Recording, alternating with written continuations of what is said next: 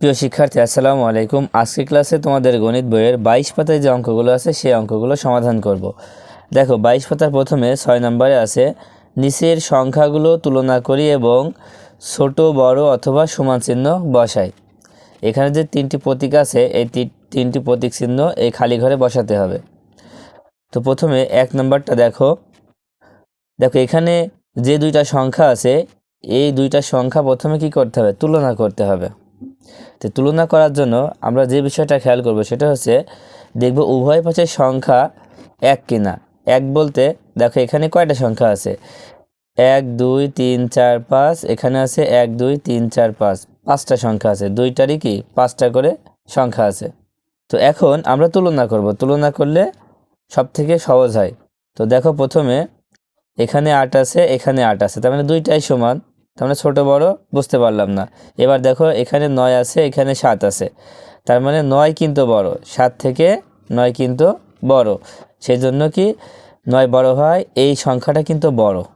9 বড় হয় কি এই সংখ্যাটা বড়, সেই জন্য এখানে কি বসবে? বড় প্রতীক বসবে। প্রথমটা বড় হয় বড় প্রতীক। বড় প্রতীক কোনটা? এই যে এটা হচ্ছে বড় প্রতীক, আমরা এখানে বড় প্রতীক দিয়ে দিলাম।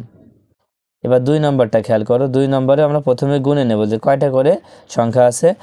1 2 3 4 5, 1 2 3 4 5। দেখো উভয় পাশে কিন্তু সমান সংখ্যক সংখ্যা আছে।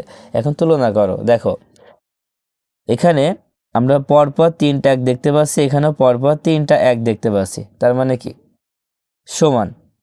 তারপরে দেখো এখানে 0 আছে, এখানে 0 আছে, এখনও কিন্তু সমানই আছে, বড় ছোট বুঝতে পারলাম না। তারপরে সর্বশেষ যেটা আছে দেখো এটা হচ্ছে 0, এটা হচ্ছে 1। তাহলে 0 বড় না 1 বড়? 1 বড়। তার মানে 1 যদি বড় হয় তাহলে এই সংখ্যাটা হচ্ছে বড়, এটা বড়, আর এই সংখ্যাটা কি ছোট। তো প্রথমটা যদি ছোট হয় তাহলে কি প্রতীক বসাবো? ছোট প্রতীক বসাবো। ছোট প্রতীক কোনটা?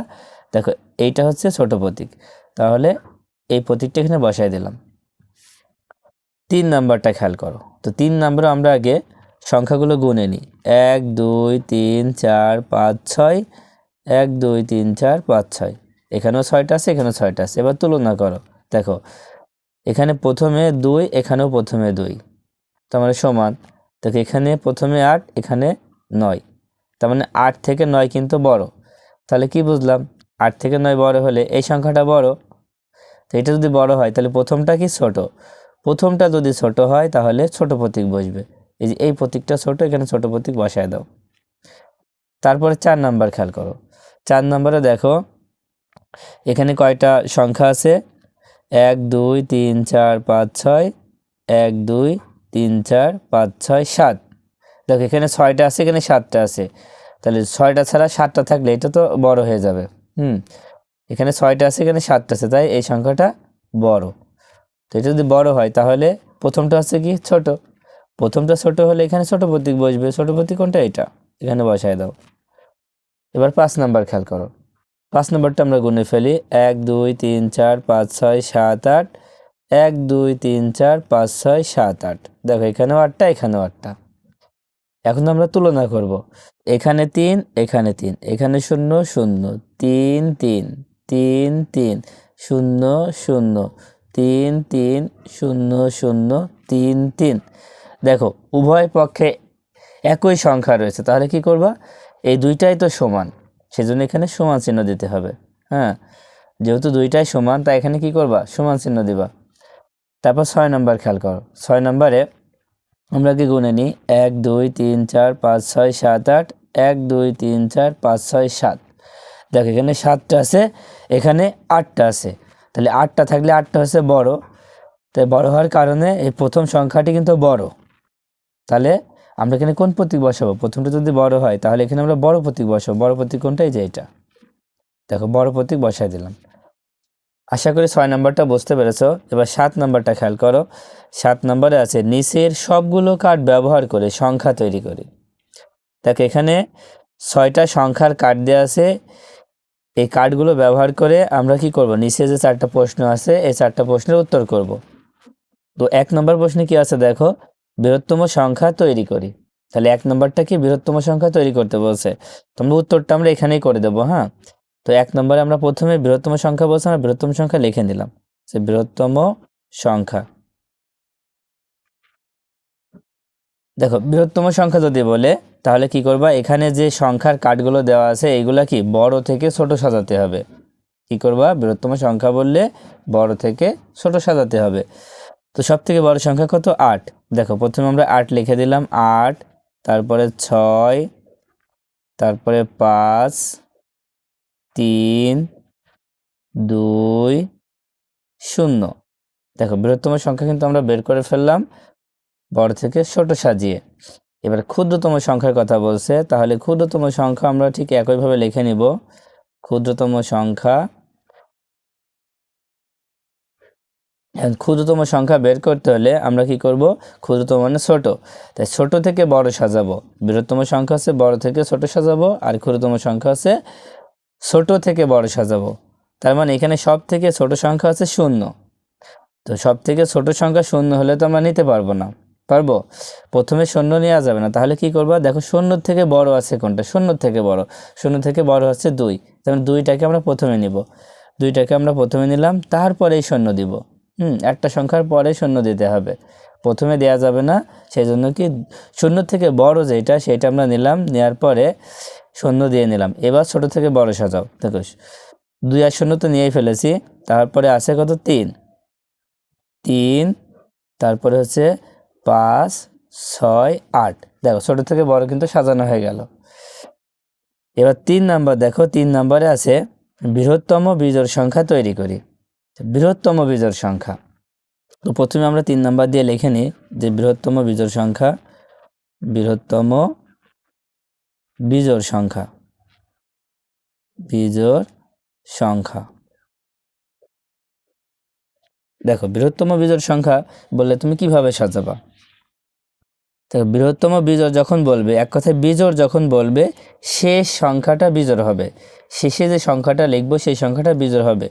এখন বৃহত্তম বলেছে, তার মানে বৃহত্তম বললে আমরা কি করব, প্রথমে এই সংখ্যাগুলোকে আমরা কি করব, এখানে যে কার্ডগুলো আছে বৃহত্তম সংখ্যা আগে তৈরি করে নেব। কি করে নেব, বৃহত্তম সংখ্যাটা আগে তৈরি করে নেব। তো বৃহত্তম সংখ্যা দেখো আমরা আগেই তৈরি করে নিয়েছি, তাই না? এখানে আছে না বৃহত্তম সংখ্যা, এই যে এটা হচ্ছে বৃহত্তম সংখ্যা। তো এখানে করা আছে বলে আমার আলাদাভাবে করার প্রয়োজন নেই। এবার কি করবা, তো বিজোড় সংখ্যা বের করতে বলেছে, আমরা এই দিক থেকে বিজোড় সংখ্যা খুঁজবো। দেখো 0 কি বিজোড় না, 2ও কিন্তু বিজোড় না, 3 কিন্তু বিজোড় সংখ্যা। তার মানে 3 যদি বিজোড় সংখ্যা হয় তাহলে এই 3টাকে আমরা সবার শেষে বসাবো। 3টাকে আমরা কি সবার শেষে বসাবো। তাই প্রথমে লিখবো হচ্ছে 8, 6, 5, তারপর লিখবো 2, 0, এই 3টাকে সবার শেষে দিয়ে দেব। দেখো তারপরে 4 নম্বরটা খেয়াল করো, 4 নম্বরে আছে ক্ষুদ্রতম বিজোড় সংখ্যা তৈরি করি। তাহলে ক্ষুদ্রতম বিজোড় সংখ্যা কিভাবে তৈরি করব, দেখো আমরা এখানে লিখে দিলাম 4 নম্বর দিয়ে যে ক্ষুদ্রতম বিজোড় সংখ্যা।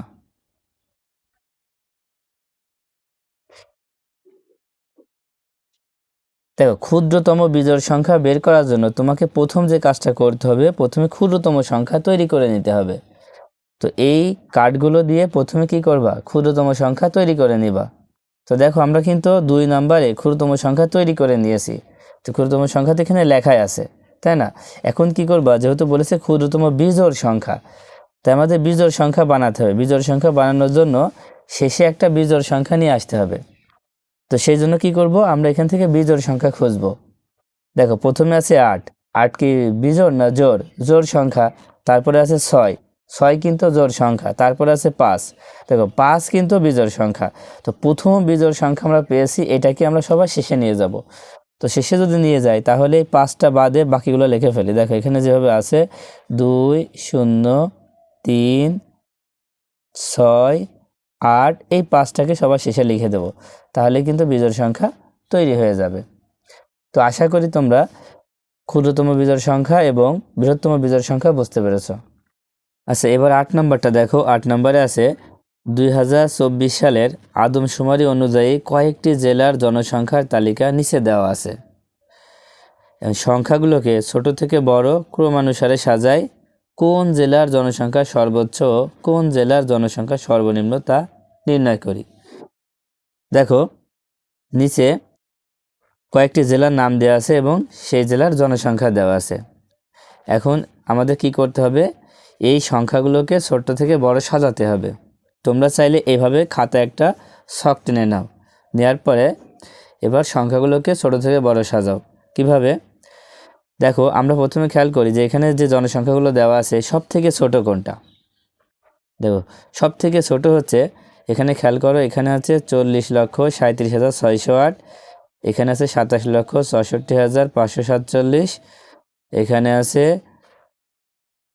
9,18,419, 7,14,119 আর 23,78,971। তার মানে দেখো সব থেকে ছোট আছে এটা, এটা হচ্ছে সব থেকে ছোট। আচ্ছা, আমরা ছোট থেকে বড় সাজাই, আমরা একটু বোঝার জন্য 1 2 লিখি। এটা হচ্ছে 1 দিলাম, তার থেকে বড় হচ্ছে এইটা, এটা হচ্ছে 2। দেখো তার থেকে বড় হচ্ছে এটা 3, এটা হচ্ছে 4, এটা হচ্ছে 5। দেখো আমরা ছোট থেকে বড় সাজায় ফেলবো। তার মানে এটা প্রথম হবে, তারপর এটা হবে, তারপর এটা, তারপর এটা, তারপর এটা। দেখো এগুলো তোমরা ছক টেনে কীভাবে সাজাবা আমি দেখাচ্ছি। দেখো প্রথমে তোমরা এই ধরনের একটা ছক কেটে নেবা, আর উপরে লিখে নেবা যে সংখ্যাগুলোকে ছোট থেকে বড় সাজিয়ে পাই। তো প্রথমে যেটা সব থেকে ছোট ছিল সেটা হচ্ছে খাগড়াছড়ি জেলায় জনসংখ্যা ছিল 7,14,119। তাই এখানে খাগড়াছড়ি লিখবো, আর এখানে লিখবো তার জনসংখ্যা। তার থেকে বেশি ছিল মাগুরায়, মাগুরা এখানে জেলার নাম লিখবো মাগুরা, আর এখানে জনসংখ্যাগুলো লিখে দিব। দেখো এইভাবে সবগুলো আমরা এখানে পরপর লিখে দিব, ছোট থেকে বড় আকারে লিখে দিব, ঠিক আছে। তো প্রথমটা হচ্ছে সব থেকে ছোট, আর শেষেরটা হচ্ছে সব থেকে কি বড়। তো এখানে একটা প্রশ্নের উত্তর চেয়েছে যে কোন জেলার জনসংখ্যা সর্বোচ্চ আর কোন জেলার জনসংখ্যা সর্বনিম্ন। সর্বোচ্চ মানে সব থেকে বেশি, আর সর্বনিম্ন মানে সব থেকে কম। তাই লিখব টাঙ্গাইল জেলার জনসংখ্যা সর্বোচ্চ ও খাগড়াছড়ি জেলার জনসংখ্যা সর্বনিম্ন। তোমরা এভাবে লিখে দিলে হয়ে যাবে। তো আশা করি তোমরা এই অঙ্কগুলো বুঝতে পেরেছো। তো আজকের মতো ক্লাস এই পর্যন্ত। আল্লাহ হাফেজ।